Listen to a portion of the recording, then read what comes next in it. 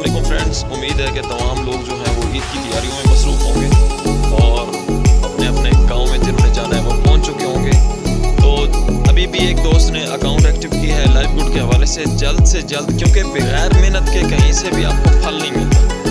ये 100% गारंटी वाली बात है।